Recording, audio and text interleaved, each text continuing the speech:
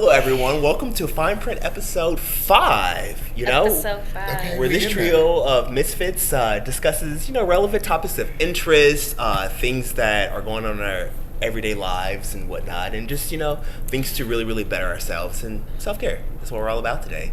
My name is Ty Davis. I'm Felly. And I'm Manji. Nice to meet you guys. Welcome to the Fineprint. Welcome.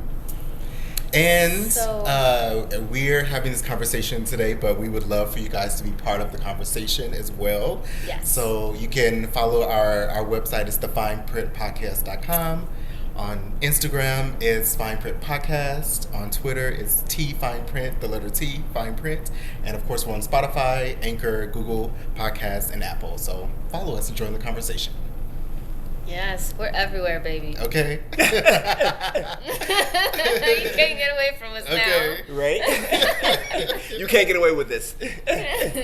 Can't get away from us. Oh, man, how are you guys feeling? This little check-in. I feel good. Pretty good, yeah. It's comfy. This couch is comfy. We're in a nice Oh my gosh, place. right? Y'all, I hope I don't fall asleep. No, we can't fall asleep. No, not allowed. I mean, I can't fall asleep around y'all anyway. You guys get me too hyped. Also lies, because there have been many times you've been in my place and you've been knocked out. Also, Manjura is the sleeping king, fall asleep so real fast. Look, don't get it twisted. That happened like one time. Was it one time? I think it was one time.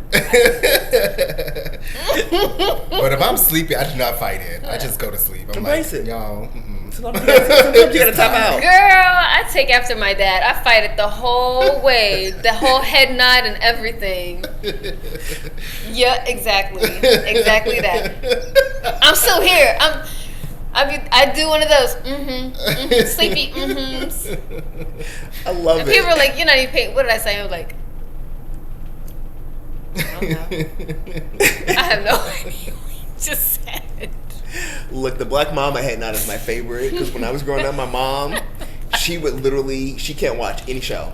Through, like, the entirety of the show, no, baby. 10 minutes in, 15 minutes in, she's knocked out. But her MO is, when you change the channel, she'd be like, what you change channel for? And I'd be like, you're not even up! Like, you asleep. She's like, babe, put it back on there, girl. So you would literally be there for like 4 hours, just turning shit off. Turning it back on. She just wakes knew. up, It was like stuff, instant. She was like, it's hold black on, mama wait. stuff, girl. No, You can't escape it. I had a friend who literally fell asleep everywhere. I don't think she was is it narcoleptic? Yes. I don't think she was narcoleptic, but like she literally fell asleep in the club. Like we were in a bar at a club, like music blasted, and she would be falling asleep. I was like, how can you fall asleep at this time? Like she just completely laid out in the movie theater, just like 4 chairs, just sleep. If you're that tired, No, those are my favorite people, though. Those Just are my go favorite home. people. Those are my favorite Just go people. home. I'm gonna let you sleep. I'm gonna like sleep. Okay, right? I'm gonna do what I need to do. Like Clearly, you needed some rest. Right. You needed some Z's. You were you had a long day. I'm not going to deprive you of that. Okay. Like, Get we your all rest. know Sam Neill, right? Sorry, Yeah, Sam. We're gonna talk about you in this yeah. podcast, Boo Boo. But Sam Neill is my favorite person in the entire world, because Boo Boo, you've been in the middle of a circuit party. You'd be hundreds of thousands of people. Sam be on the couch. And then he'll fall asleep and not even wake up. So you'll try to shake him and be like, boo boo, we gotta go over to think. He'll be knocked out. But an hour later, you be in the next club, 4 blocks down. He'll be like, hey bitch, how you doing? Had to take a nap. He'll find you, everything. He's literally my spirit animal. I Literally my spirit can't animal. comprehend. Like I can't fall asleep in a loud environment like that. no. Yeah, to be a very comfortable person or just really sleepy. Unless I'm just that That was exhausted. Right. You shouldn't have been going nowhere if you're that exhausted. You should have stayed at home. Stay your ass at home. Right. Which Like- we all should be doing now. Pandemic, You guys. have no reason to be anywhere out unless, well, anyway, Without a mask. without a mask. Yes. Without a mask. Proper yeah. protocols and stuff. We don't need you out there jogging the old Lululemon just to get seen. Baby, stay I'm one home, of those please. rare people though. Like I will straight up, and I've had friends ask me like, "How do you even have like this much energy?" And it's like I will do an all-nighter, still be up, still have more energy than the rest of my classmates, who is adrenaline. Really, I'm just Right. going right all of adrenals, right? Right. And then I won't crash until like maybe 9 o'clock, like the next day. They be like, "How are you still awake? How?" how are y'all? Right. So sleepy. Like I'm so motivated to not fail. It's like my ass There's is no on the other line. choice. Yes. This is not an option right now. I Right. have to pull through and get those results because I was like, I'm not playing. But also, it's not only just motivation and just you trying to push through, but you live a very healthy lifestyle. So you eat the right things, you try to get enough True. sleep, you know. So that's Yeah. you exercise. Yes. So that's really important because when I see little baby Karen or Ann and they're just at the super sedentary, they're like, I don't have energy. I'm like, of course you don't, girl. You don't do nothing. Yeah. So I can Yes. see why, you know, that's a problem. So I really like that you were Exactly. kind of in that environment to kind of still like uplift people. You know, that's still really, really important. Yeah. And I think if people knew how important like diets and also just even just getting cute, like you always try to look cute. Mm-hmm. Even just waking up in the morning, just doing your face and doing your hair, like that Yep. gives you a certain type of energy, you know, that really helps you push through the day. And that's sometimes all we need. Right, and putting on something For that real. you feel good in. Exactly. As Super soon as you important. feel good and you know you look good, not that it's all about looks. It just it does help motivate you. Yes. Yep. Like just putting yourself together. Like forget, you know, looking good. Just putting yourself together and just feeling like your best version of yourself. Yes. Taking the time to put time into yourself. Yeah. Yes. Yeah. It's all about like practical right self-care. now, Yep. this was not happening earlier today because I was in scrubs. So right now I'm like feeling myself. Right. But Nothing wrong with that. yeah. Yeah. But, I mean, and I only do like that, like going back to what I was saying, like as far as like pulling all nighters and stuff, like that's just like a every now and then. I'm trying to not make that a habit.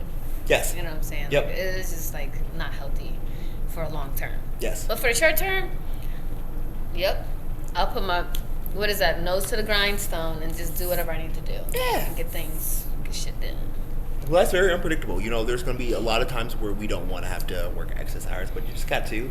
Yeah. But like you said, if you do everything in moderation, that's completely like healthy. You got to do a long day every once in a while, cool. But when you make it a habit and start to neglect yourself, and start neglecting just eating, taking time for yourself, sleeping, bathing, Yeah. hygiene, things like that, because you're just always worried about monetary things, Yeah. you know, or working, because that's such the American just culture. Because we're always working. We're always trying to do something to make more money or to be ahead of the game and do stuff like that. And sometimes we just need to sit our toes down, Yes. breathe and reflect. Resting is productive. Yes, extremely productive. Right. Extremely productive. Being lazy can be productive. Yes, Like, don't let them fool you. and very necessary. Exactly. Mm-hmm. Yes. Very needed. This yin and yang. Yep.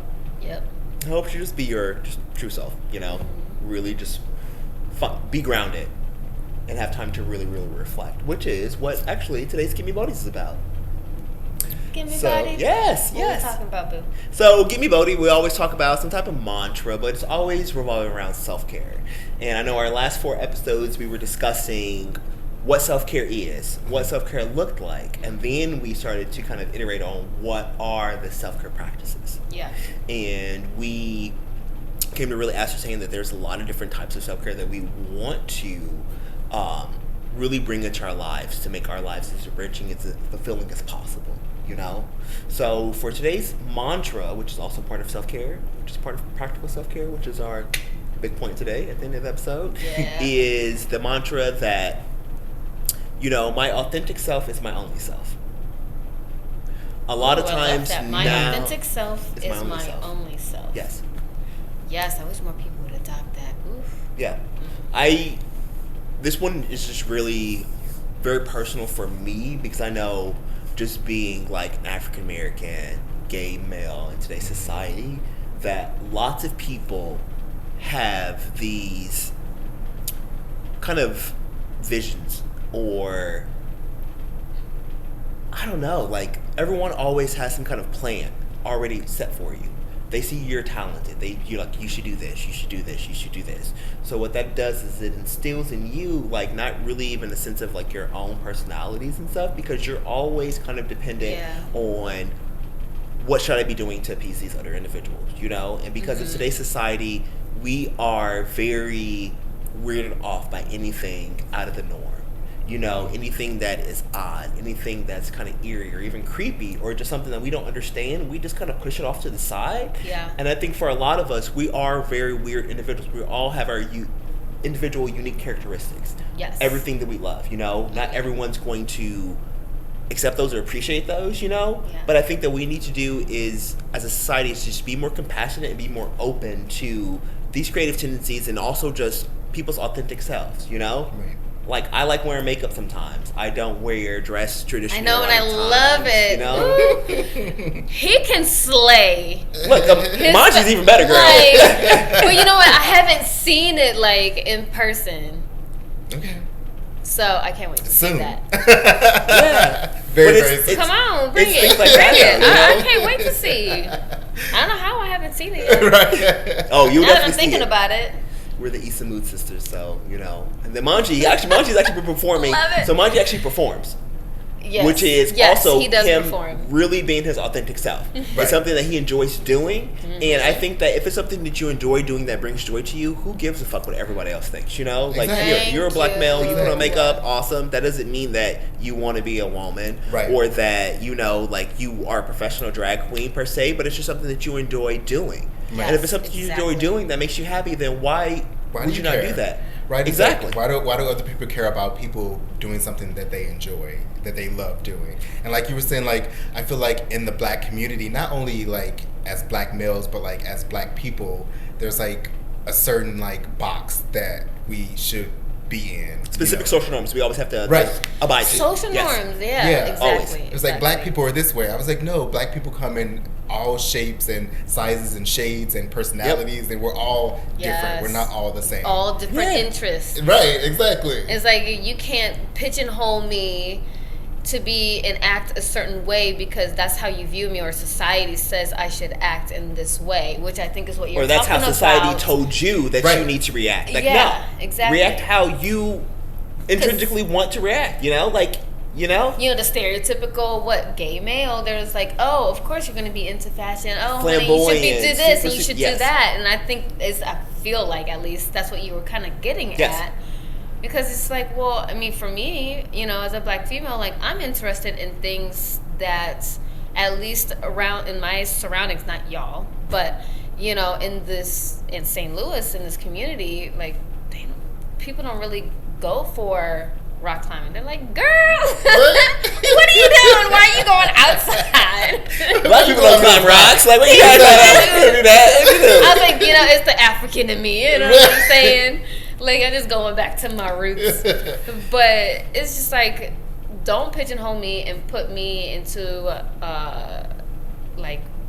some stereotypical Type of like thing. weird Thank you. Like, I'm nomenclature like that losing my you- words right yes, now. But yeah, yeah, absolutely. Don't put me in some kind of like nomenclature that you think that you're comfortable with. You know, Exactly. Because just because you're comfortable doesn't necessarily mean I'm going to be comfortable. I'm gonna be and at the end of the comfortable day, with I'm it. going to do things that make me comfortable. Exactly. So whether or not you agree with them or not has nothing to do with me. But Right. Right. That's And like, literally a personal thing. you know, like struggling with, because I talk proper. Oh, girl, that's the story that Huge.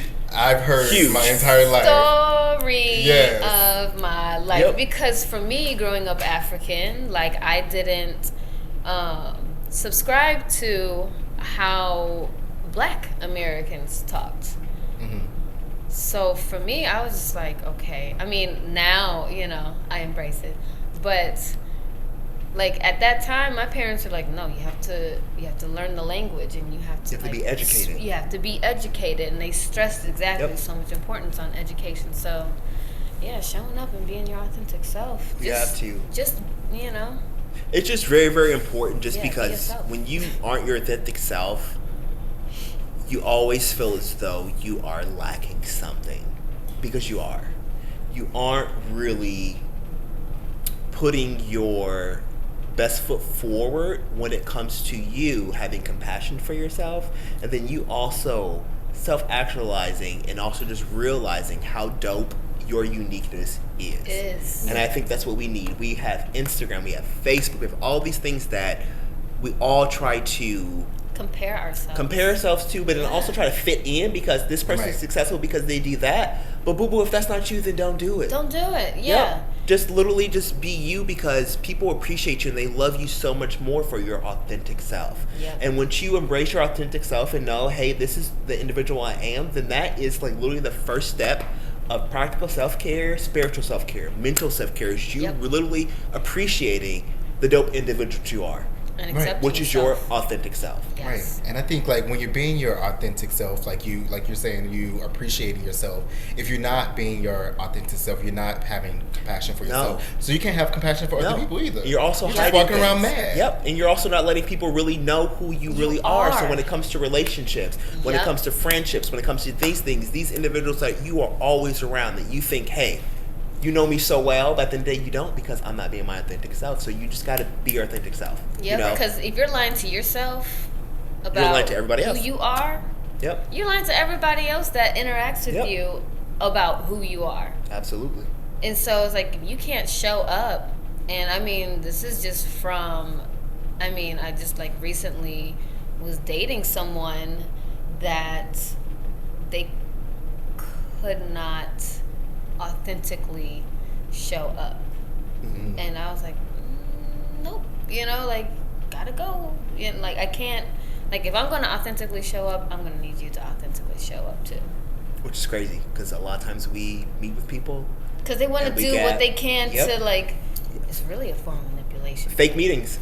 That's what I call it. Fake meetings, fake dates, where you try to get this and they placate and this is what I do, but you don't really get to know their authentic selves. Yeah, I like these things. Yep. And it's like, but then when you really dig in, it's like, oh, but you don't. You don't.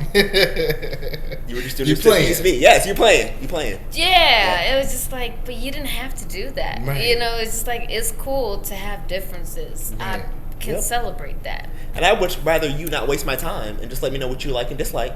So that we are honestly on the same page. Like if you kind of beat around the bush and I'm like, oh my goodness, let's go for a hike. I love hikes, but you don't really like hikes and we're going to hike and then you get passive aggressive and angry. I'm going to feel some type of way. Exactly. You just told me you want to go hiking and I'm going to take you silly tail out hiking, boo-boo. It's totally cool. And the funny thing is I feel like a lot of women actually tend to do that. I don't think, I can't really say that I've ever really subscribed to that because I'm just like, if I don't like something, I'm just gonna be like, well, I don't like it, but because you enjoy it, I will go with you. Yes, I will compromise. If it's something you enjoy doing, I'll do it with you, boo boo. But all the time, no. We just solved the problem before it became a problem. Exactly. By me just saying that. By me just by just like letting you know, right? Because like it's not gonna be like surprise down the road and be like, oh, but I thought you. Nope. I love it. Yeah. No, I'm happy. Actually, really happy we had the conversation about authentic selves and just knowing that we're all going through the same type of thing. Yeah. Because what we're going to do right now is I want everyone to just literally take this opportunity and reflect upon if you could see yourself being like any type of way, any type of person, having any different type of characters that you really, really love embracing. Like if you love manga, anime, you're just like, you know what, I really just want to go to work and be an anime character, do this. If you know that you are very spiritual and you just want to embrace that, wear your crystals, do anything like that. If you know you don't like certain things, or if you have a vision in your head of something that, or like have goals for things that you want to accomplish that may not necessarily be tangible now, but you just imagine it, visualize it in your head and know, like, you know, like this is what I want to do. Yeah. You know, if you're super skinny, you want to be a supermodel, bodybuilding, physiques. Literally envision that. Yeah. Because these are the things that you just know that you want, and the universe puts these things into your head for a reason. You know? You're tapping into a frequency. Yes. There's a reason why you're trying to be creative. There's a reason why you're trying to manifest these different types of things, because at the end of the day, you want to be as true to yourself as possible so that you can just spread your authentic light. So that's what we're here for. And the key to that, I just want to add, like, once you are being your authentic self, it allows other people to be their authentic self. Because people see something in you, it's like, I want to see that person. It's They're inspiring. Like, right, exactly. Very inspiring. You're like, oh, hey, I'm a little kind of goofy like that, too. You know, and it's okay to be goofy. If that person's okay with that, if you're being this, I can do it too. You know what I'm saying? So it's all about, like, just sharing yourself so other people can share their light as well. Yes. Yep. So we can all just live our authentic lives and our authentic selves, and like you said, shine our authentic lights. That's what we're trying to do. Shine all of our authentic lights. Okay. I want to be a garden of just various lights that are different colors, different textures, different hues and stuff that just come together and just make something beautiful, because that's what the world is about. You know, we have to be different guys. Everyone can't be the same. So really think about what it is or who it is that you really just feel deep down inside of your heart. You know, who am I? I want you to take, literally like we always do, 4 deep breaths in, 4 deep breaths out. We're going to do this for 16 counts. Yes. So it'll be great. So think about things that make you beautiful, things that you love about yourself that other people may not necessarily love. Because as long as you love them, who cares what everybody else thinks, you know? That makes you who you are. So on the count of 4, we're going to go backwards and go forward. Okay. So we're going to breathe in and breathe out. Every time you breathe out, you're breathing out all of your doubts, all of your expectations for yourself. And then everything you breathe in, you are breathing in your authentic self and how you truly envisioned yourself being. All right? Let's do it. I'm ready. Count of 4, we're going to breathe in. Count of 1, we're going to breathe out. So 4, 3, 2, 1. 1, 2, 3, 4. We're going to breathe in all of our abundance, all of our uniqueness. 4, 3, 2, 1. And breathe out all of your self-doubts, all of your, like, we have to be compassionate. So just literally breathe out just compassion, you know. We are very compassionate with ourselves. We got to be easygoing. Breathe in 4, 3, 2, 1. Breathe out our authentic selves. 1, 2, 3, 4. We're going to do it for one more count. 4, 3, 2, 1. Really visualize who your authentic self is. 1, 2, 3, 4. Awesome. I think that's what we're gonna start I our day messed right up now. on my count. That's totally I just cool. breathed in. I was like, oh, we're supposed to be done. Totally cool, love. Totally cool. It's whatever As you long want as to you do. can visualize I was it. like- and I you was take being the moment to authentic. just Okay, breathe. for real. Yes. Authentically messing up. Because the Okay. key is just really just taking that time to just be mindful and just really breathing and just being very conscious about how you are in your present state. Yep, That really and that's brings what you I was- into the present, and it also sets you up just for really, really good success. Yes. You know? Exactly. We always need deep breaths too. Like I say, Yeah. we're always shallow breathers, so Yeah, exactly. breathe, Ooh, people. yeah. Breathe, people. Breathe. Awesome. Well, that's a segment of Getting Bodie. You know, that was awesome. I love that. Great. Okay. Yeah. It Love always it. gets me settled for my segment. Which Top is it like a next. tie. Okay. But I mean, we're talking about authenticity, and I feel like, you know, our own opinions about things are authentic. You know what Yes. I'm saying? And something that a lot of people don't like to talk about is politics. It's a very, like, it can become heated. But yeah. But I think that it's super important to talk about politics, especially in today's climate. A lot of things are going on.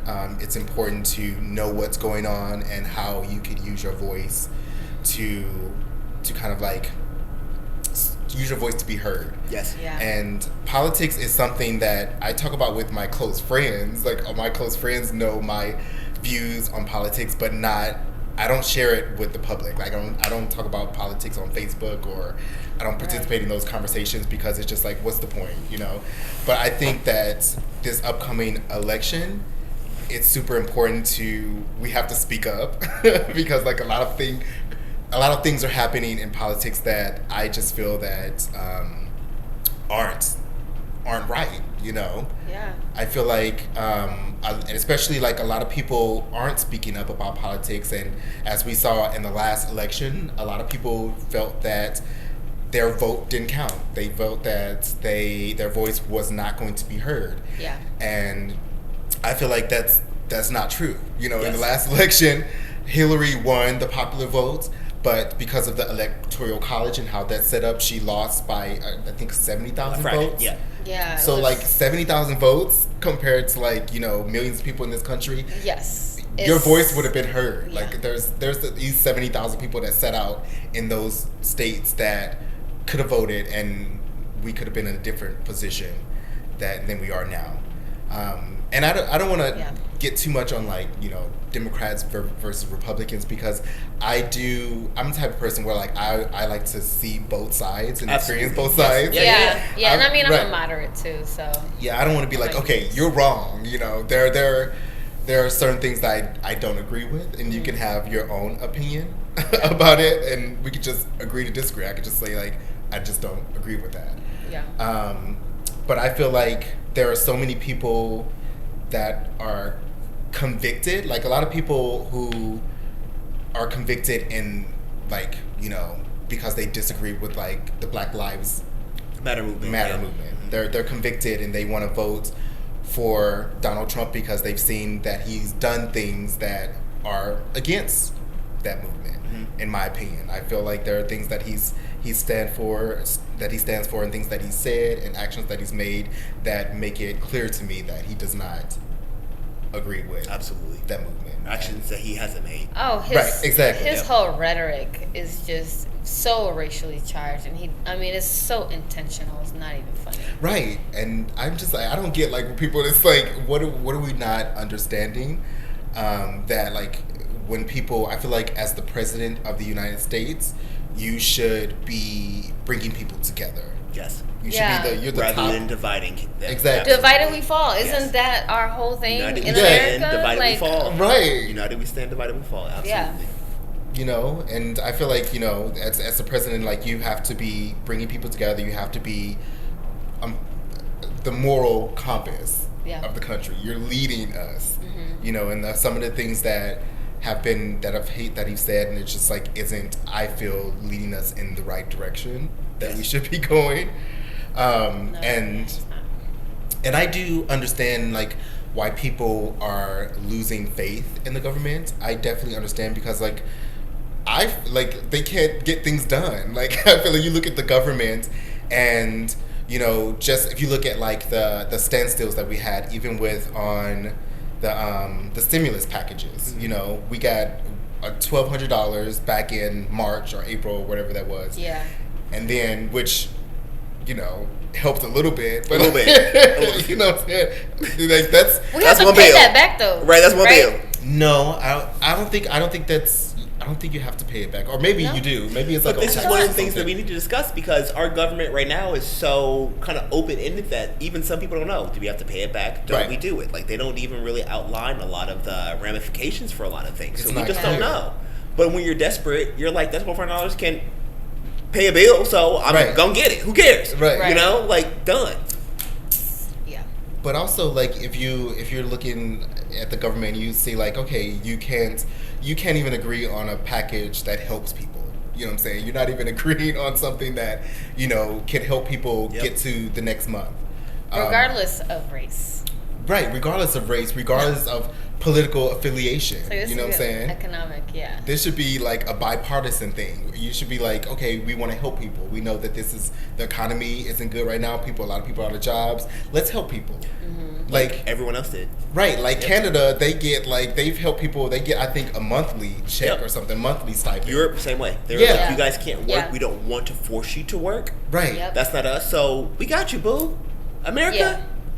Their whole, especially in Europe, their whole social, construct, and how they set their society up is just so much different than. Which is why also they're in the clear, and we are still quarantined, right, and still going through the stuff, and they are we don't even want you to be over here. We're good, America. Yeah.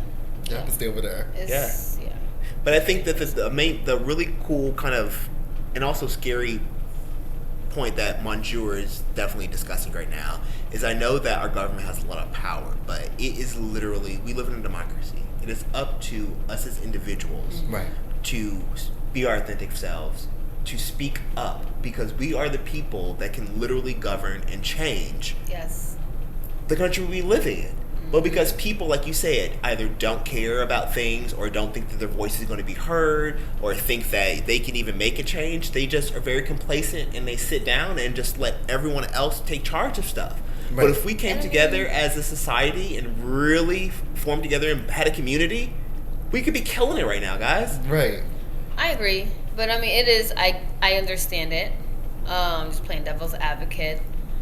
Because we have all of these things with these mail-in ballots, and then it's always certain states where you've got certain issues, and all the voter registration, like especially for African Americans or Black Americans, you know, they have this whole issue with their ID, voter ID, and like things matching up. It's just like, and I've actually had a conversation. Exactly. And I've had a conversation with someone really briefly because they didn't understand. And now, mind you, I try to not like hop out of my lane because I'm all health, wellness, and all that. I do try to stay current on current events, but I knew enough to know and speak on just like the voter ID, and they're like, well, I don't understand like why it's such a big issue. Why can't you just make sure that your ID and things are lined up? I was like, well, if you're a poor Black person in America and you're just trying to make things like that's last priority on your list. You're not sitting there like, let me make sure today to prioritize doing my ID. No, because you got a lot of things going on. You're trying to pay those bills. You're trying to pay bills and feed your kids. And like, I mean, of course, like, obviously, like, of course, you want people to take care of their responsibilities to society. But, like, so I had to like talk to that person, and I was like, so they saw how very passionate I was talking about that, and I was like, you know what, I'm gonna just say that, and I'm gonna just like let it go, because this person was they didn't get it very obviously. So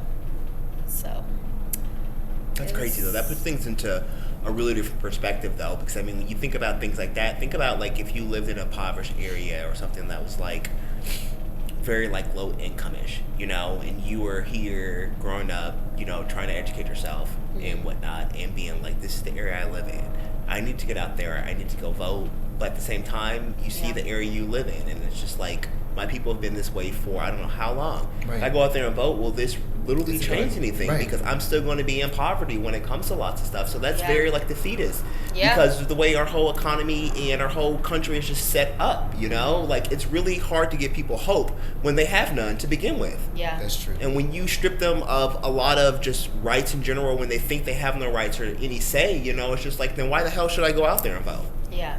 Yes, agreed. You know, but we need to just honestly just wake up and really just be very conscious and present, and know that we have a lot more power than we give ourselves credit for. Yeah. And with the riots that have happened, with the Black Lives movement that happened this year, I mean, that's like, I don't know how best to say it. I don't know if I want to say we're finally angry enough. We are. It's like you finally see, like, hey, like, no, we're not standing for this anymore. No. Right. I think we've been angry for quite some time, but I think right now we actually have the catalyst in the media and the exposure for people to really hear our voices. Yeah. So now that's why people are all kind of butthurt, because now it's kind of like sudden to them. Why is everyone so mad all of a sudden? It's like, it's not all of a sudden. It's been this well for we've been mad. It hasn't been like this sudden thing where people are losing their minds. And now you are just now seeing glimpses of it that you haven't seen before because of social media. Because of people having like videos recorded on their phone. Like, you're just now seeing this things that we've been experiencing our whole lives. This entire time. Yeah. And you were fortunate and blessed enough to be born into this, you know, bubble of like privilege. Privilege. Yep. Bubble of privilege, and then once your bubble starts to diminish, and you start to honestly feel some type of way or feel bad about it, being like, oh well, why are these? What's happening with them? Like, what's going on? Oh, so now I feel bad about it, which makes me not even want to acknowledge it. and be like, it's not. No, this is not a problem, because now you feel some type of way for not either speaking up for the cause or just being completely oblivious to it. Yeah. That you're like, oh no, I don't want you to make me feel bad or make me have to feel some type of empathy for something that I, have held on the back burner for so long. So I'm not even This is the way I see it. It's not a problem. It's never been a problem. Yeah. So it's that denial that lots of people have, and also that's generational trauma, and also just generations of educated people to do the wrong shitty things with just lots of stuff. It's just, I mean, it's it goes back to does it affect me in my daily life? And no? All right, I'm not going to worry about it. It's over there. It's like, until it does affect you, because I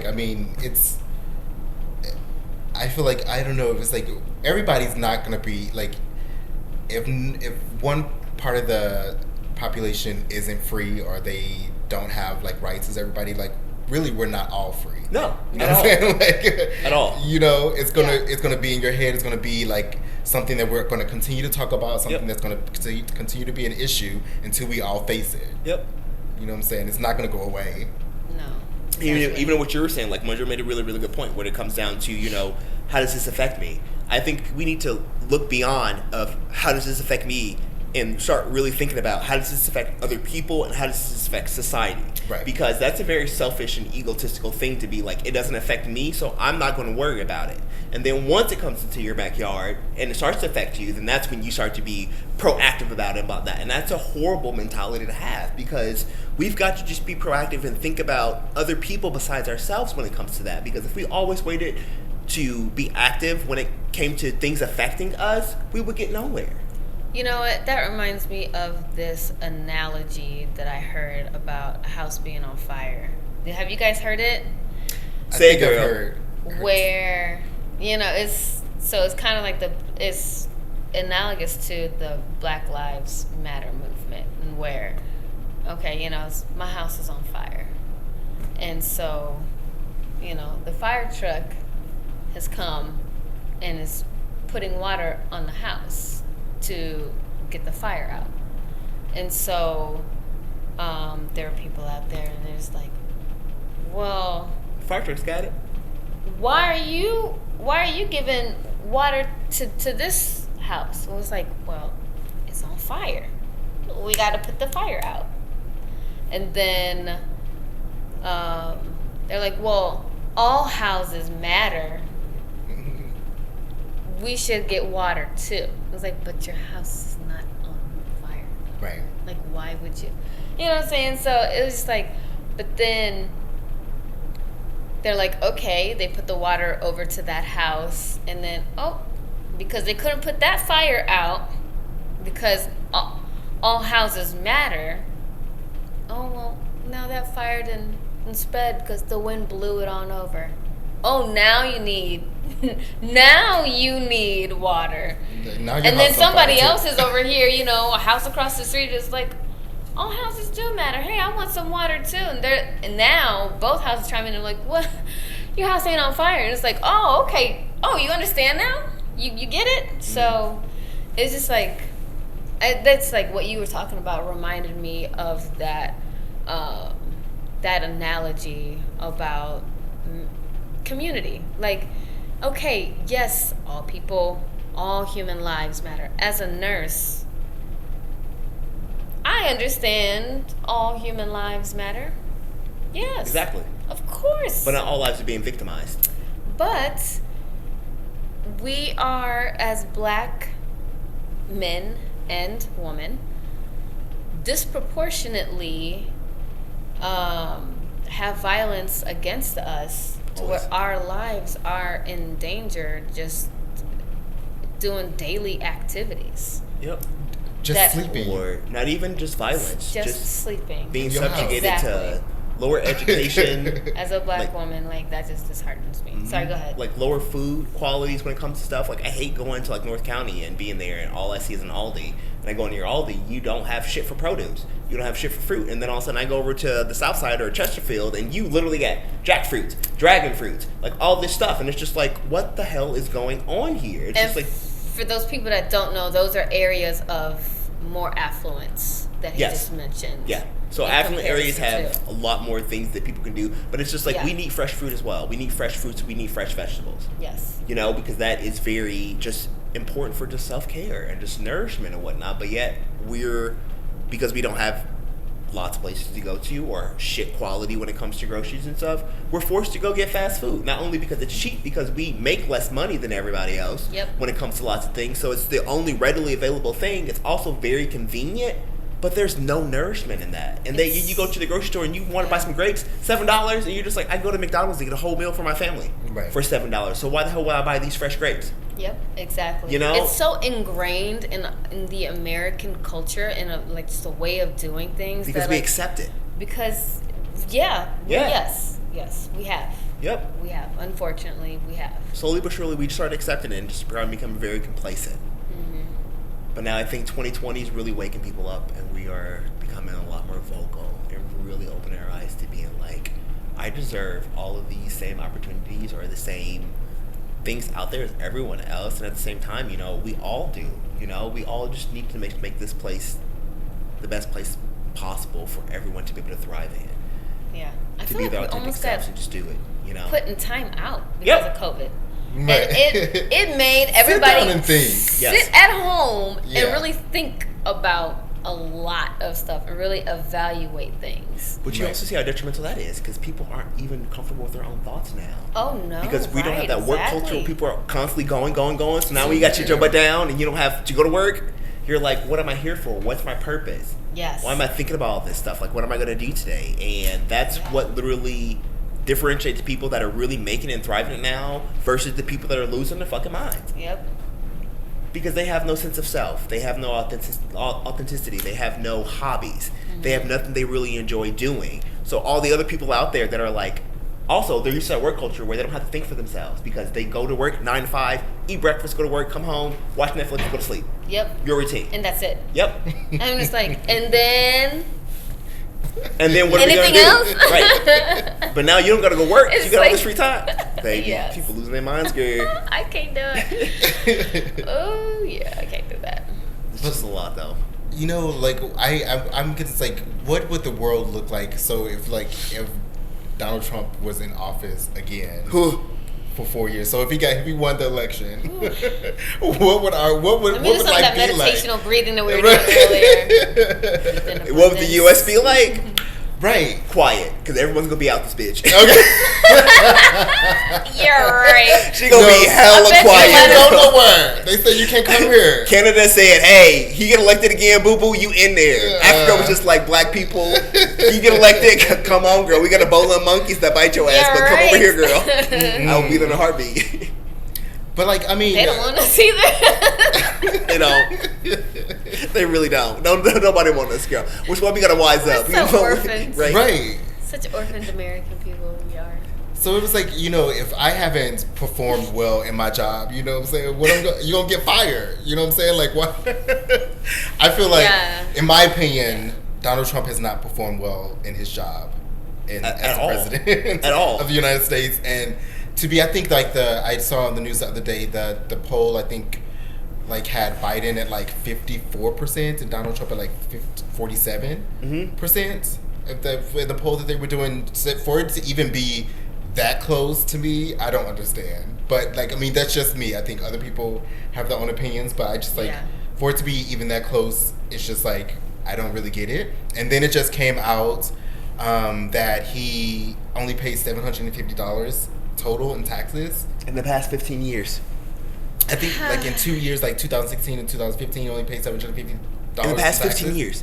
And you're the president of the United States? Before, I think it was like just this last year or maybe last couple of years, what he that's the Yes. amount he Yeah, paid. yeah, yeah, But yeah. before then, it was nothing. No, Yeah. nothing. So 15 years, you pay $750 in taxes, and I'm just like, Donald Trump, I don't have Margot or whatever the hell your place is called. I don't have all these multiple businesses, but I paid probably 20 times more than you have in taxes, girl, and I'm still Of course he struggling. found So what's loophole. up? I think they said that he reported that he lost so much money that he didn't have to pay taxes if he lost so much money. So it's all these loopholes or whatever. Mm-hmm. And then like just as a United States citizen, if you don't pay taxes, you're going to jail. You are going to jail. Absolutely. I know people who went to jail for not paying taxes. See, baby, I owe $14 on my taxes one time. That was getting phone calls, getting letters in the mail.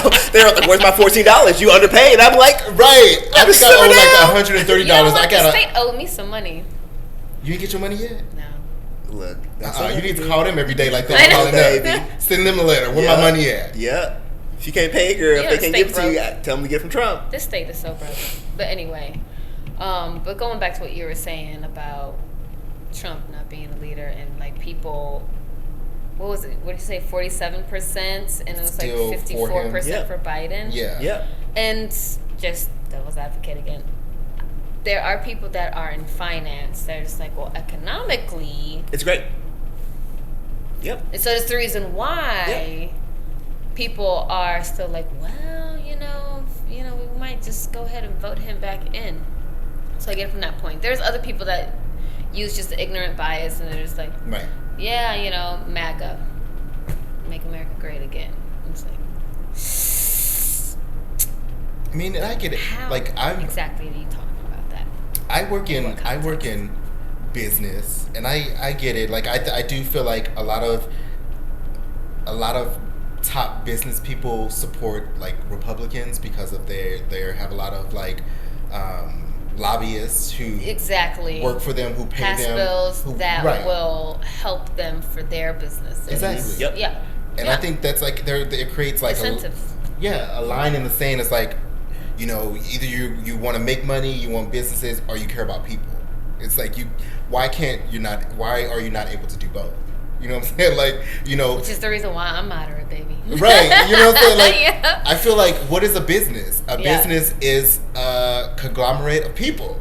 People make up business. If you don't have any people, you're not going to have a business. Nope. If you don't have people making money to pay for your products, you're not going to have a business. Nope. If you don't have happy employees who have adequate health care, you're not going to have happy employees to make your business successful. You don't have competent people, you're not going to have a competent business. Right. Exactly. You know what I'm saying? You want quality people in a quality business, exactly.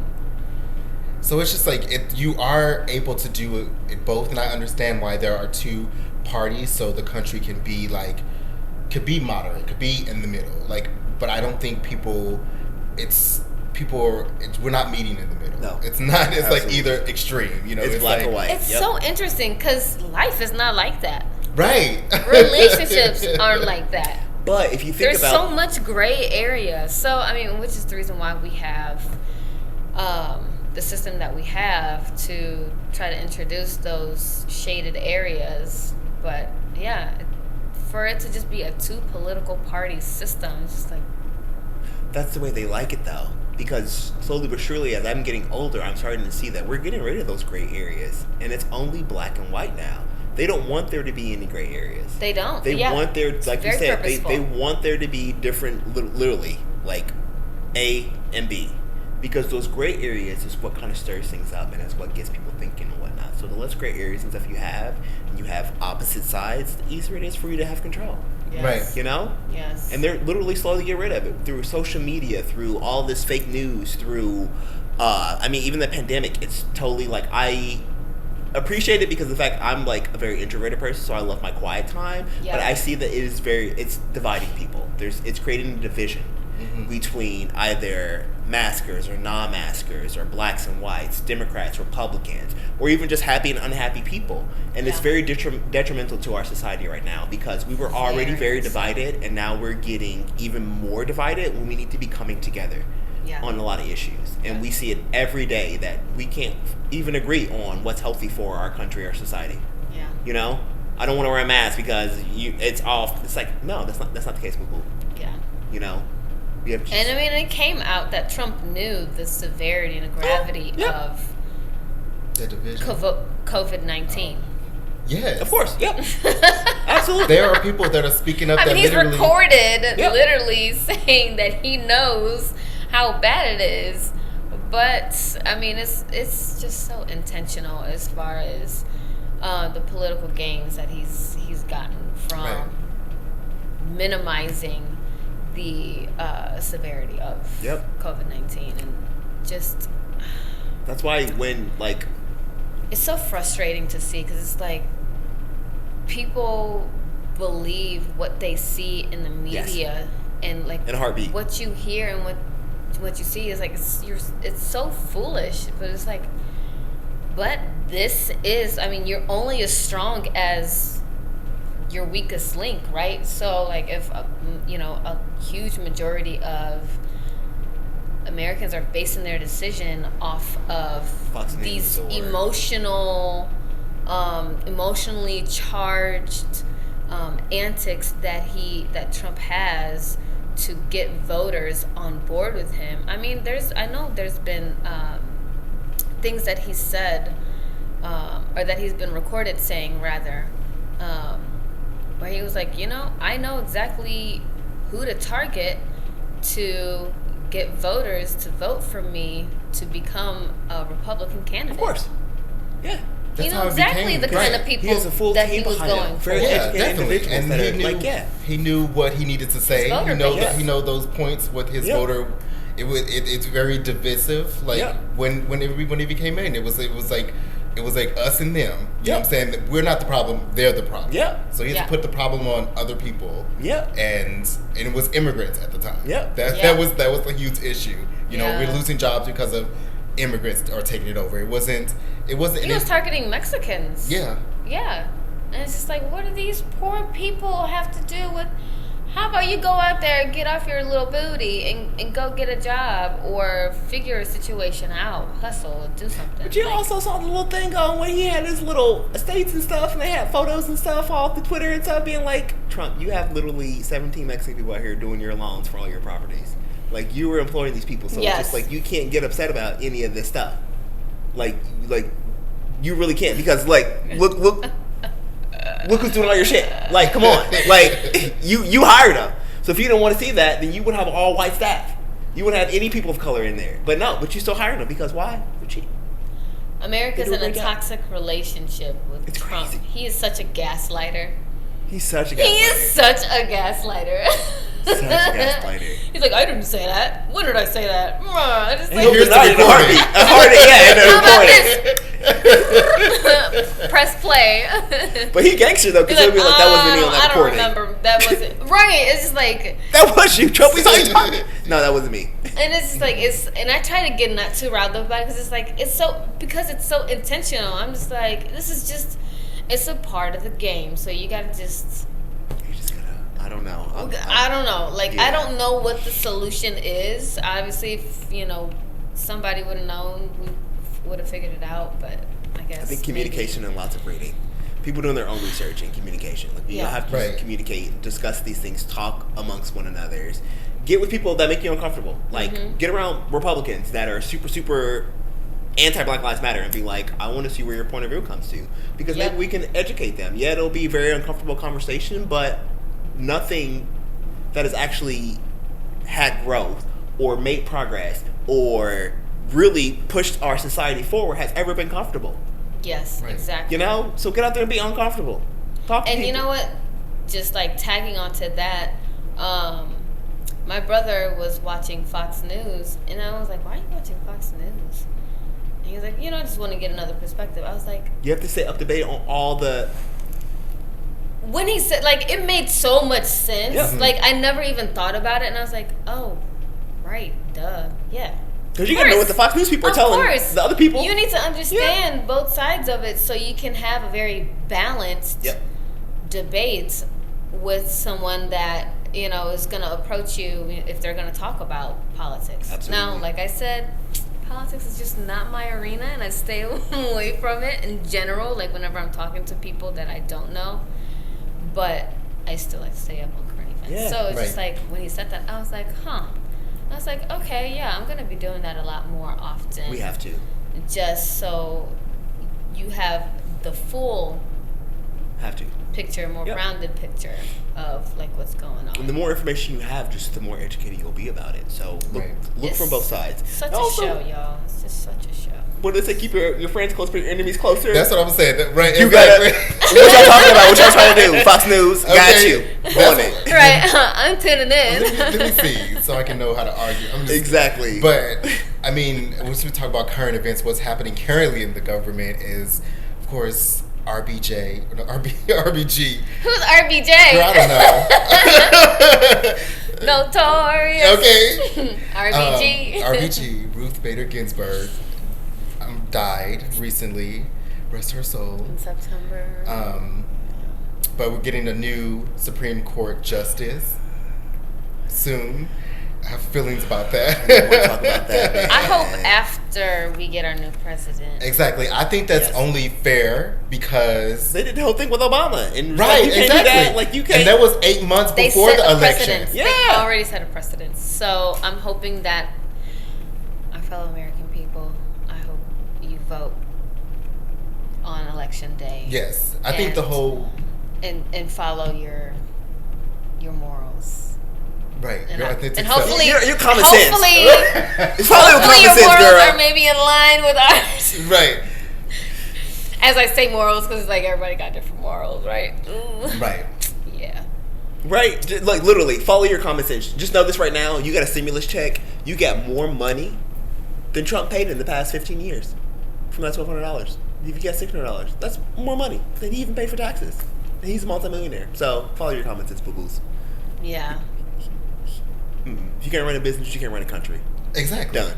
And if you lost more money, you can't pay taxes. Something wrong with that. Done.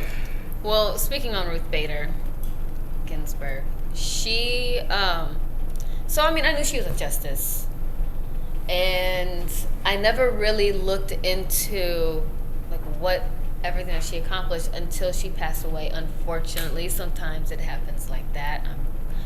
I know other people are guilty of it. I'm definitely in this situation. I was definitely guilty of that, and I was like, because I was very interested because. I mean, when it was all over the media, social platforms, like every single platform. You can't, like, you have to be living under a rock to not know that she passed away, and the animosity that was happening around her passing away, and her specifically being like, I don't want anyone to replace me. That was a smart lady. So I was like, who is she? So I started to just do a little bit of research and find out about her, because if any of you guys are like me, like I don't know everything about every single political figure. Right. And maybe I should know more, but like, so I found out, she's born and raised in Brooklyn, which is where the Notorious RBG came from, because Biggie is from Brooklyn too. And born and raised in Brooklyn, and her mom brought her up. So it was very uncommon during the time that she was growing up for women to, to think independently or to be independent. And her mom like instilled that in her as a child growing up.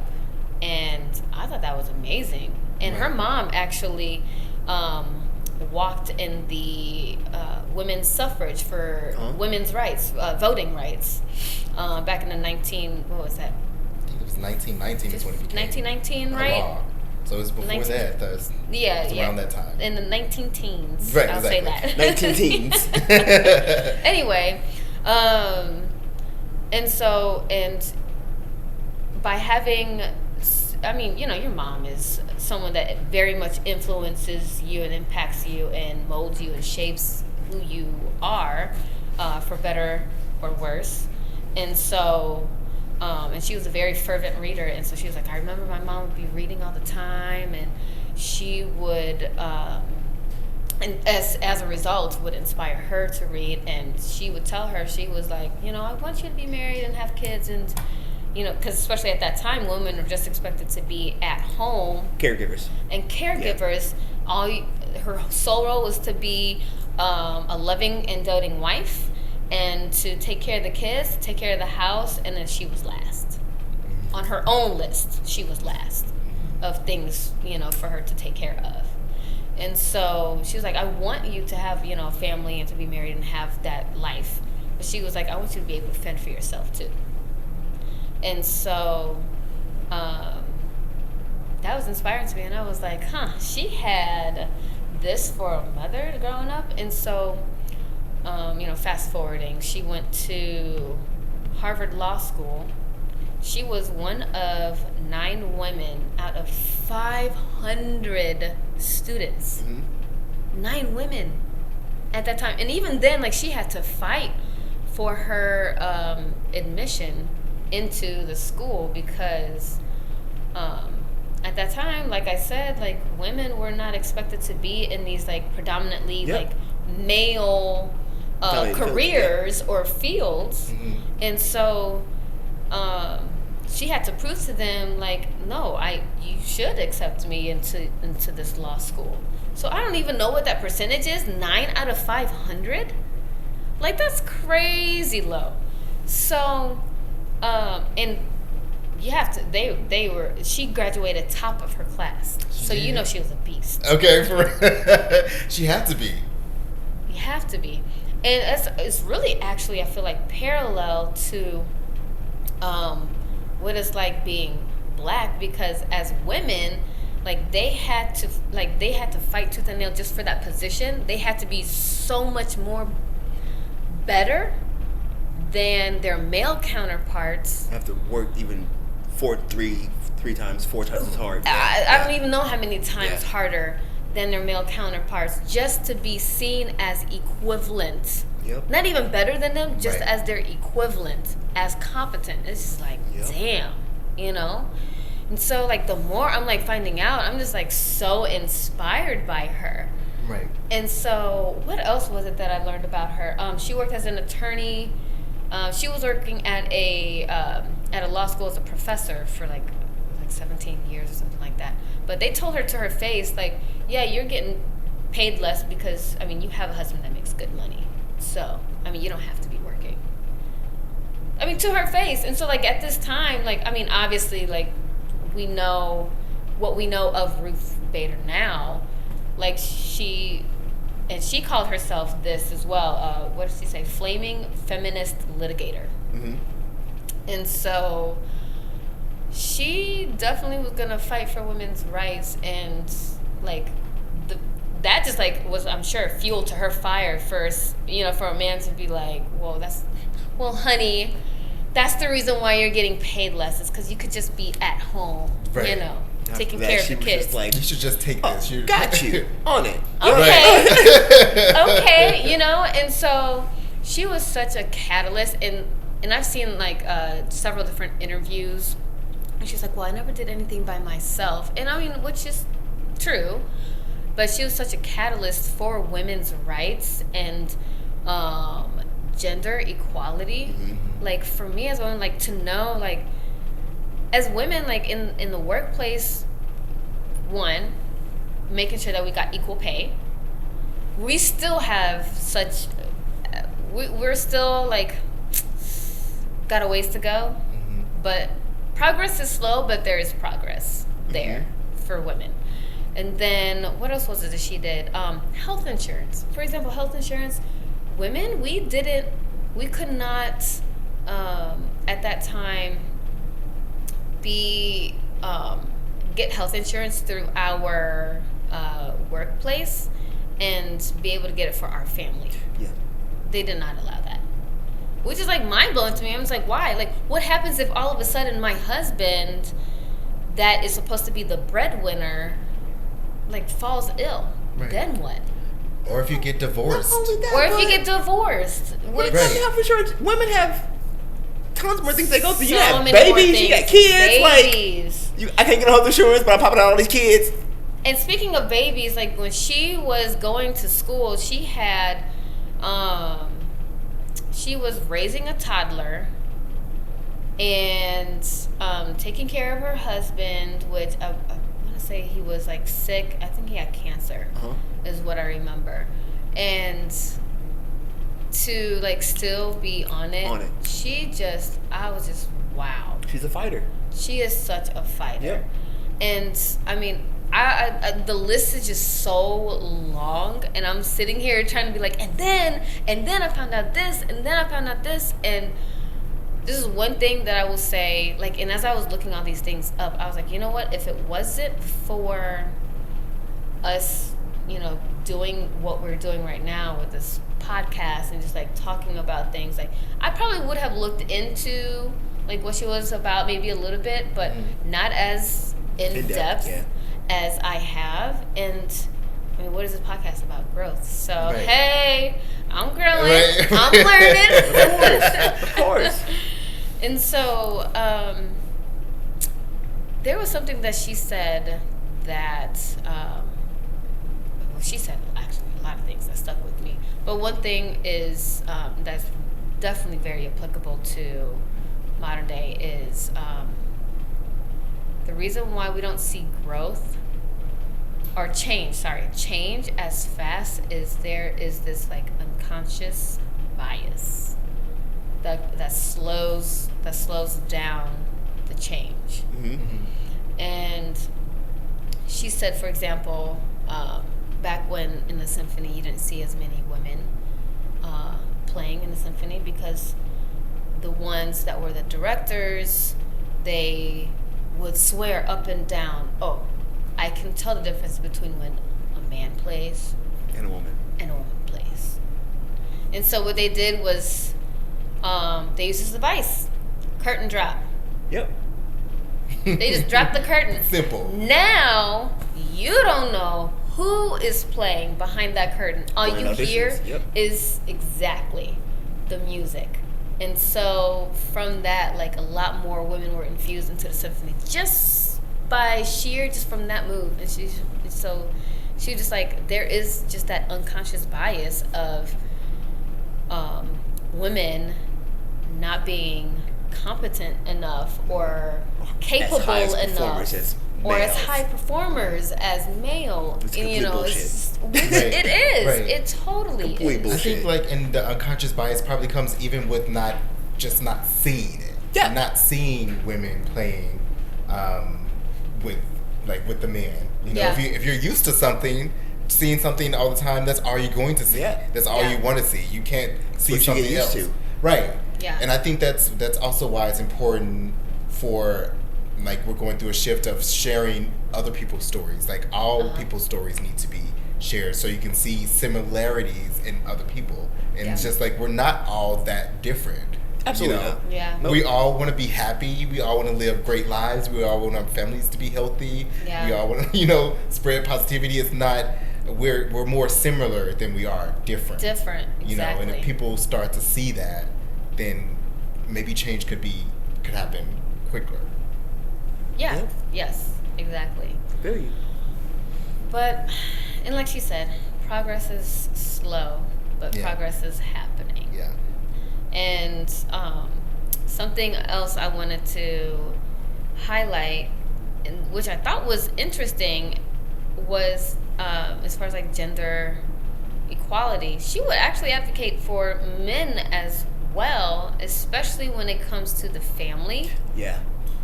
And like giving men the opportunity To be like stay-at-home dads. to have caregivers paternity and, leave. Yep. Mm-hmm. And I was just like, wow. You know, I wasn't expecting that. And I was very taken aback because I was like, that's so important for the father to be present and there and contribute to that family dynamic instead of just always being viewed as the breadwinner. Because you think about families are equal partnerships, so it's just like Very much so. You think about Europe, you get paternity leave and maternity leave because you're like each parent is as equally as important as the other. So why would we not want the dad to stay home also to raise the kids while the mother goes off and does what she needs to do, and vice versa? Yep. It's just like you can't have one without the other, and it's just smart. Yeah. But Right. we as a society, we've always been women take care of the kids. Guys go to work. If you're a guy that just stays at home, takes care of your kids, then one, you clearly aren't doing the shit you need to be able to do. Clearly, your wife wears the pants. You're looked down on. You're looked down upon. Yeah, There's like a certain type of femininity. Your masculinity is just demasculinized, and it's just weird because Yeah, it's just like these rigid. it shouldn't be that way. Yes, exactly. It's a family. these rigid roles that we have now attributed to what is masculine, what is feminine. Yeah. It's just like so absurd. Exactly. So absurd. And it's, what is that called? Toxic masculinity. But I can't. I don't want to like. It's called Today. Right now. Right. Today. But anyway, it's the weirdest thing. So I just thought that was very interesting, and that actually kind of hit home because I have a close friend of mine. She was pregnant, and she was working for a company that would allow 12 weeks for maternity leave. Mm-hmm. And she was like, oh, okay. But her husband was like, well, hey, I want to be there for her. It's a lot for a woman to like do that all on her own. She does need the support of her spouse to like, because sometimes you just need rest. You need to sleep too. And so, and I hear that a lot from friends of mine that recently had babies, and they would be like, that first month you're not sleeping at all. So it was like to have that support. And so anyway, get back to what I was saying. The company would only allow 12 weeks, and they were like, oh, well, you have to split it between the two of you. And it's like, what? Like, what sense does that make? Why can't he get his own 12 weeks? Why can't I get my own 12 weeks so that we can enjoy this newborn together? Right.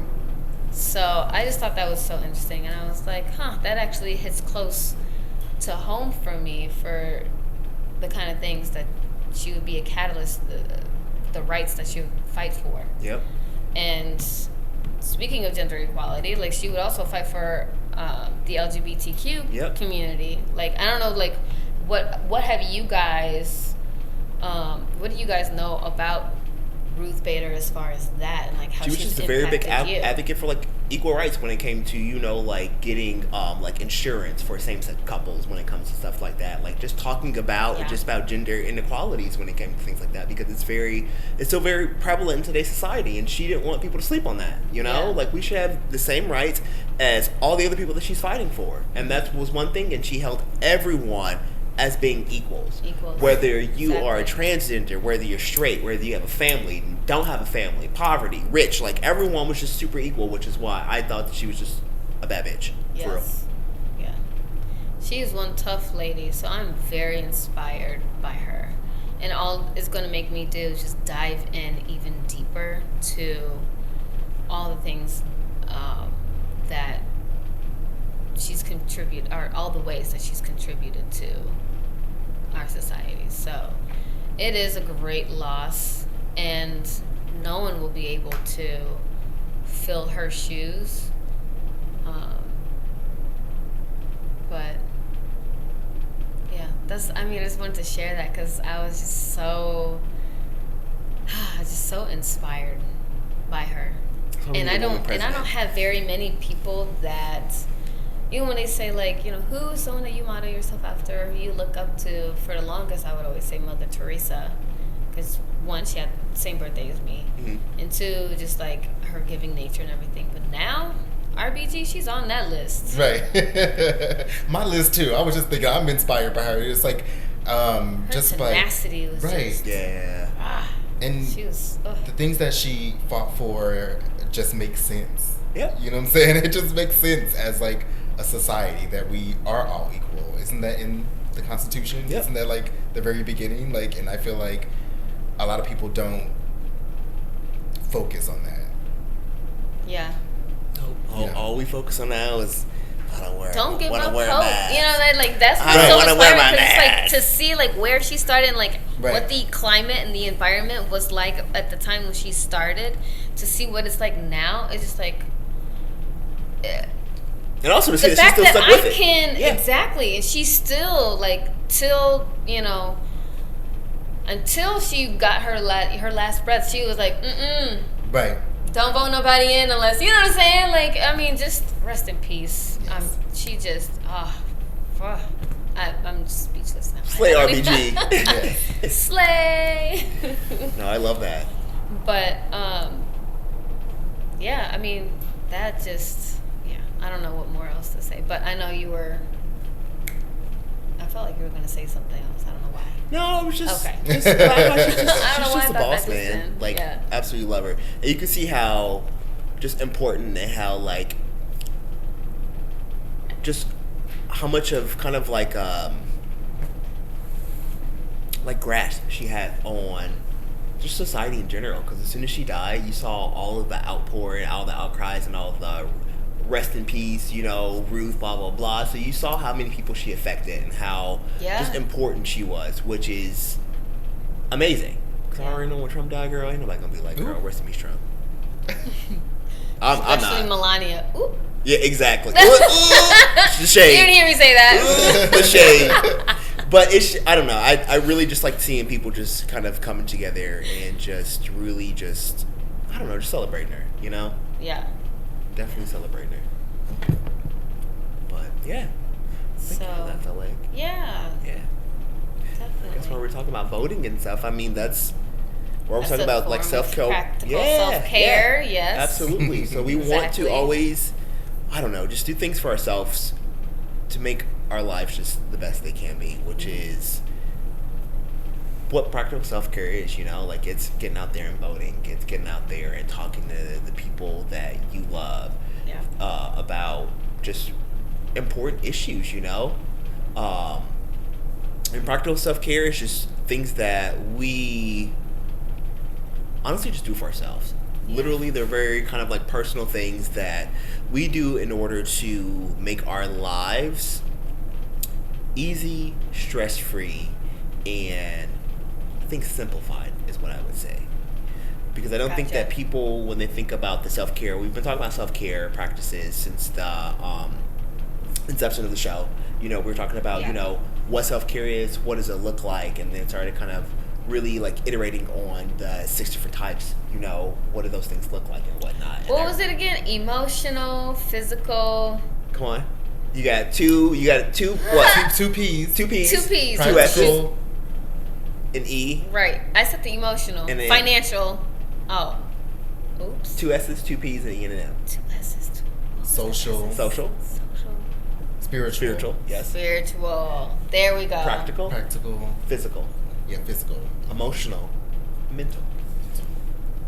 So hey, we almost got all of right, them. good job, guys. So that's what we do. But what I always start off with just practical self-care. Yeah. Especially when it comes down to it, because practical self-care it just gives us clarity in our everyday It sounds like lives. the foundation. It is the foundation It's of like, literally all the self-care. Yeah. Yeah. I mean, that's not just the foundation, it's the application. It's like you can know what to do. We all know what to do. We all know what the right thing to do is, but how do you actually practice that in your everyday life? It comes with you doing just honestly, I think practical self-care is you doing the shit that you know you need to do. Right. So paying your bills on time. This is super important because a lot of times financial just insecurities when it comes to a lot of stuff or just financial lack really can drive a person to be either angsty or just emotionally unstable. Yeah. So if you, at the end of the day, know, hey, I don't really need to go out drinking with friends because I got my rent due. But you go out and drink with friends and then your rent's late, then that just makes you angsty. And one, it also makes you not trust yourself. It also promotes horrible just like living habits.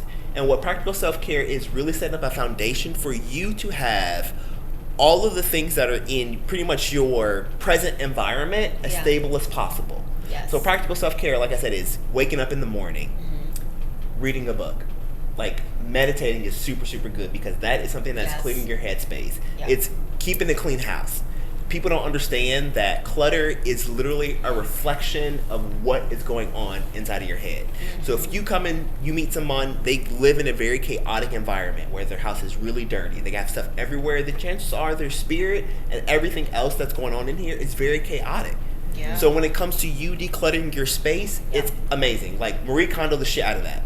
Because when it comes to you having just your environment, your home setting, really just systematically just really clean, and for you to know have a place for everything, it makes your life just so much easier because then you can actually focus on things. Right. Yes. And it feels good. Like once you feels great. Yeah, once you clean, like I feel like I accomplished you know? something. I was like, ooh, I just stayed home, but I feel like I just did something today. Right. You know what I love doing? I love doing laundry. Me too, girl. I have so much Laundry's laundry great. now. Like Folding takes maybe like some business days to do. Guilty. Yeah. But when it comes to even stuff like that, like I try to integrate practical self-care. I hate folding clothes, like you said. I like cleaning, but there's some things I don't enjoy doing. But then that's when I try to bring something in that I do enjoy doing. So I'm like, if I have to hold these clothes, why don't I put on a podcast? Music or or why don't I listen podcast, to yeah. music? Yes. Or while I'm doing it, maybe think about a new business maybe the plan while Fineprint I'm doing podcast. it. Exactly. Right? Good plug. Right? So it makes it a little bit more enjoyable, so it gets your mind out of it, so you think it's not like a chore or a task. It's just something that you are doing to literally better yourself and better your environment. Yes. I'm a really big proponent on the touch once time, because when you touch things multiple times, especially when it comes to putting stuff up, we're all, hey, got a dirty glass here, we're just gonna set it here. No, pick it up, take it to the sink. Yeah. Be done with it. Exactly. Clothes. When you wake up in the morning, you take them off. Literally, either put them in the hamper or hang them up. Because then you're only touching it one time. You know, if you have touched things multiple times, it's a waste of your energy. Yes. And you aren't directing the energy in a purposeful way. You also aren't really... Purposeful energy. Ooh, Yes, that's a great you have to takeaway. have purposeful energy when it Yes. comes to stuff. And always just have direction when it comes to these things. Things as simple as, you know, like I said, like, hygiene is like super, super important for me. But one of the biggest things for practical self-care for me is literally just getting up in the morning and, like I always say, like getting dressed. Yeah. For me to like get my face together, take a shower, really get cleansed, and pick out a really cool outfit, you know, for me to wear that day, it's like awesome because it sets your energy, it sets your intentions to being like the right things. You By know? the way, your outfit is good. bomb. Thanks, Boo Boo. Yeah. If you're listening to us, he's got this beautiful It's my little Wakanda necklace. red, and yes, he's got a Wakanda necklace. He's got this red and blue flowered. Is it paisley? No, it's not paisley. It's some kind of Yeah, it's just flowered floral. pattern. Yeah. So I mean, With the it's hat, just amazing. just Always important. look good. Yep, eating right. Eating right. Just you taking the time to eat. I tell people every day. I know so many people that just eat once a day or just push it off. And that's one of the worst forms of self-care ever, because that's when you push yourself to the back burner and you're just like, I'm not Making important enough yourself to even last priority. eat. Yes. Yeah. I'm It's not just important like, enough to why? nourish myself. You know? And it really fucked me up one day. Sorry about my French, guys. I'm a chef, so I cuss like a sailor, so pardon that.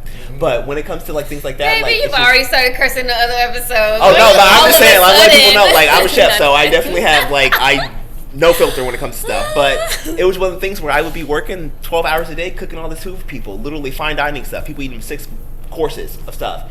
And I come home and be like, I'm just gonna make a sandwich. And it's just like, how messed up is that?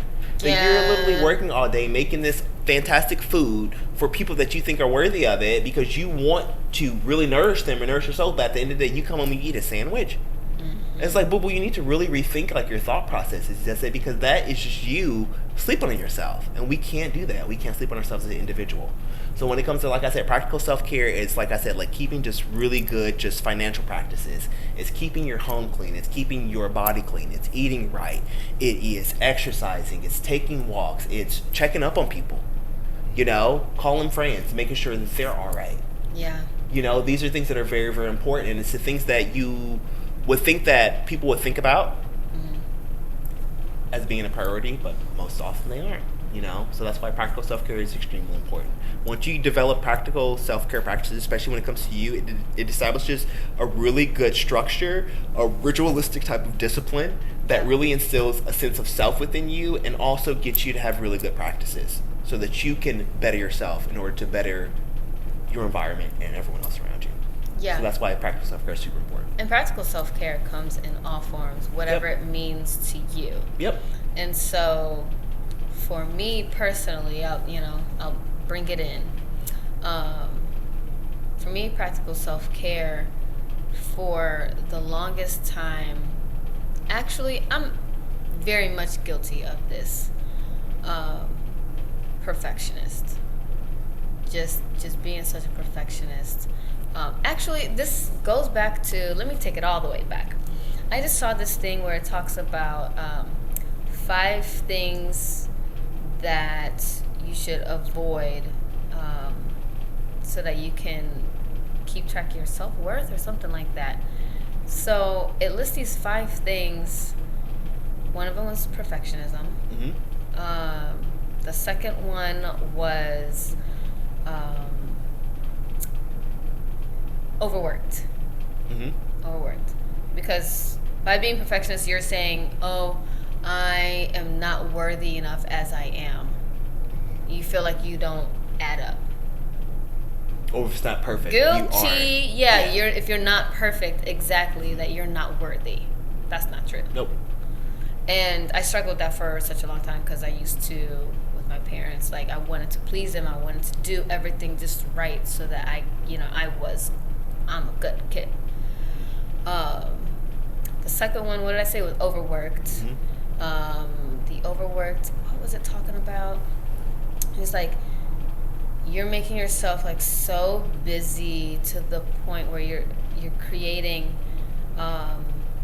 your self-worth by saying like, oh, I am important because I'm always busy. Because I'm always busy. Yep. Which is practical self-care, rest. Guilty. I am the busiest MFer you will have to ever rest. meet. Yeah. And so you have to find that balance. Like, what is the practical self-care for me? And so I have been talking about it and thinking about it. And I was like, okay, I got to just, like, stop. I can have one day to myself.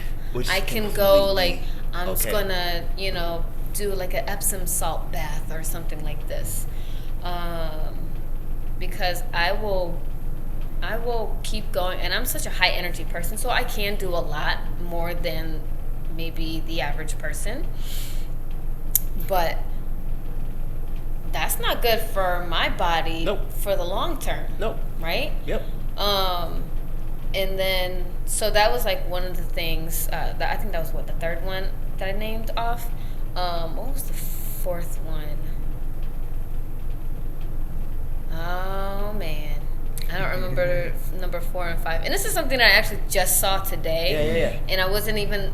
It wasn't until like you had, brought up the practical self-care that I was like, hey, you know what? This is so applicable to what we're talking about right now. So I don't remember 4 and 5, you guys. Sorry. Yeah. But you can Google it. Right. But it is like things that you can do to like honor your self-worth. Right. That's what it was. Now I remember. These are like things that you can do to honor your self-worth. And practical self-care, just like that just like falls within what you're talking about. Because it just builds a great foundation for you to literally to be able to just do the things that you need to do with a really, really just great clarity and as less stress as possible. Yeah. It's literally you just taking initiative to honestly just like live your best life, but do it in a really, really smart way, and then also just being very, very like efficient about it, and also just being very conscientious about it. What's important in my life and what isn't important, and it's really differentiating between the important things, the needs versus the wants. Yes, knowing what that is. Yes. Because there's tons of stuff we want, there's lots of things we need, and a lot of times we have 100 things we want and only one thing we need, and we're just like, I'm so unhappy. It's just like, because you don't need all that shit, girl. Right. An alternative way to think about it is be the parent to yourself that you needed like as a child. Yep. Or just be a parent to yourself. Maybe, you had great parents. I do have great parents. I don't want to sound like, I'm not grateful, but, just being that parent to yourself, and it's like making sure like, hey, did you, it's like kind of like mentally, did you eat today? Making sure that you have a good, nutritious, balanced meal. Yep. It's like, because we're such a nation of go-getters and like just going, or just trying to like work 2-3 jobs to make ends meet, that you're just like, all right, I'm just gonna grab whatever on the go. On the go. Don't even care what it is, grab the cheapest thing fast. Cool. Like, awesome. With COVID highlighting the fact that how much we relied on restaurants, and like to have to actually like slow down and like actually cook at home. You have no idea how many people I had on Facebook being like, oh my God, I don't know what to do.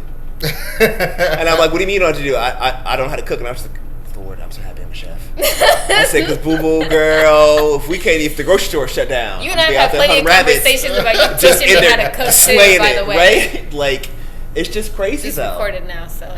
But it really puts things, and that's another thing, like practice self-care. Like learn how to cook. Learn how to cook the things that you really, really enjoy doing. And Yeah. another thing that I want to iterate on is what you were like discussing earlier when it comes to people just making really, really just smart decisions when it comes to practical self-care. Because I don't even think that people think of practical self-care as being one of those things where you are, I don't know, like giving yourself all of the things that like you said, like you may necessarily need, like when it comes to like resting or being overworked or surrounding yourself with like loved ones. Like these things are like all parts of practical self-care.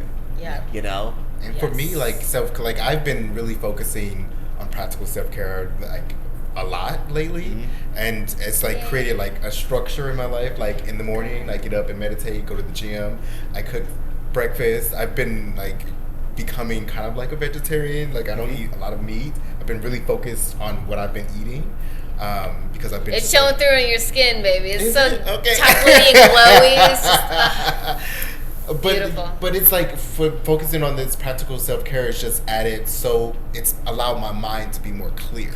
Absolutely. Like, and less cluttered. And like, you appreciate yourself a lot more. Yeah. And you do it. Yeah. You know? And with you, like I tell everyone, 30 days. If you want to really instill good self-care practices, especially when it comes to practical self-care, 30 days. Literally.